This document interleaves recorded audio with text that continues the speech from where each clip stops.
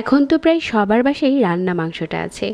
আজকে রান্না করা মাংস দিয়ে দারুণ একটা বিকেলের নাস্তা বানিয়ে দেখাচ্ছি, যেটা খেতে অনেক ক্রিস্পি হয়েছে। রান্না মাংস দিয়ে ঝটপট বানিয়ে নিতে পারেন এই নাস্তাটি। এর জন্য আমি এখানে কয়েক টুকরো মাংস নিয়েছি, আর এটা আগে থেকে রান্না করা ছিল। অবশ্যই হাড় ছাড়া মাংস নিতে হবে। এখন একটা স্পেশাল গরম মশলা বানিয়ে নিচ্ছি।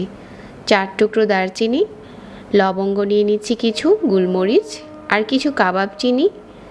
1 চা চামচ দিয়ে দিচ্ছি আস্ত ধনিয়া, আস্ত জিরা আছে 1 চা চামচ, 1 টুকরো দারচিনি, 4টার মতো শুকনা মরিচ। এটা একসাথে হালকা তেলে আধা ভাঙা করে গুঁড়ো করে নিয়েছি। 1 কাপ নিয়ে নিচ্ছি চালের গুঁড়া, হাফ কাপ ময়দা। চালের গুঁড়াটা দিলে এটা ক্রিস্পি হয়। 2 টেবিল চামচ কর্নফ্লাওয়ার। আধা ভাঙা করে যে মশলাটা গুঁড়ো করেছিলাম এটা দিয়ে দিলাম, আর 1 চা চামচ দিয়ে দিলাম চাঁদ মশলা। ধনেপাতা কুচি দিয়ে দিচ্ছি, আর দিয়ে দিচ্ছি স্বাদ মতো লবণ। শুকনো উপকরণগুলোকে একবার মিশিয়ে নিচ্ছি।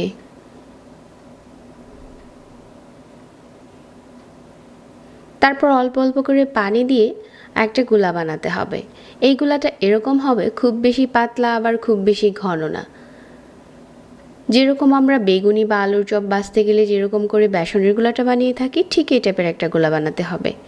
অল্প অল্প করে পানি দিয়ে একটু নেড়েচেড়ে মিশিয়ে নিয়ে আমি এখানে একটা ঘন গোলা বানিয়ে নিয়েছি। গোলার ঘনত্বটা এখন দেখিয়ে দিচ্ছি, ঠিক এরকম হয়েছে। আমাদের রান্না করা মাংসটাও রেডি হয়েছে। তো এগুলো হচ্ছে এখন এই পর্যায়ে এই গোলার মাঝে ডুবিয়ে গরম তেলের উপরে ছেড়ে দেব। কয়েকটা টুকরো একসাথে করে এই গোলার উপরে দিয়ে দিলাম। চামচ দিয়ে এভাবে করে ডুবিয়ে ডুবিয়ে গরম তেলের উপরে দিয়ে দিচ্ছি।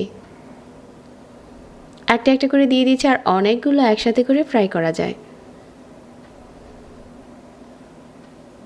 চুলার আঁচ মাঝারি রেখে উপরটা ক্রিস্পি করে ভেজে নিচ্ছি। মাংস দিয়ে এর চাইতে সহজ আর কোনো নাস্তা হতে পারে না। আগে থেকে রান্না করা মাংস দিয়ে ঝটপট বানিয়ে নিতে পারেন এই ক্রিস্পি আর কুড়মুড়ে নাস্তাটা।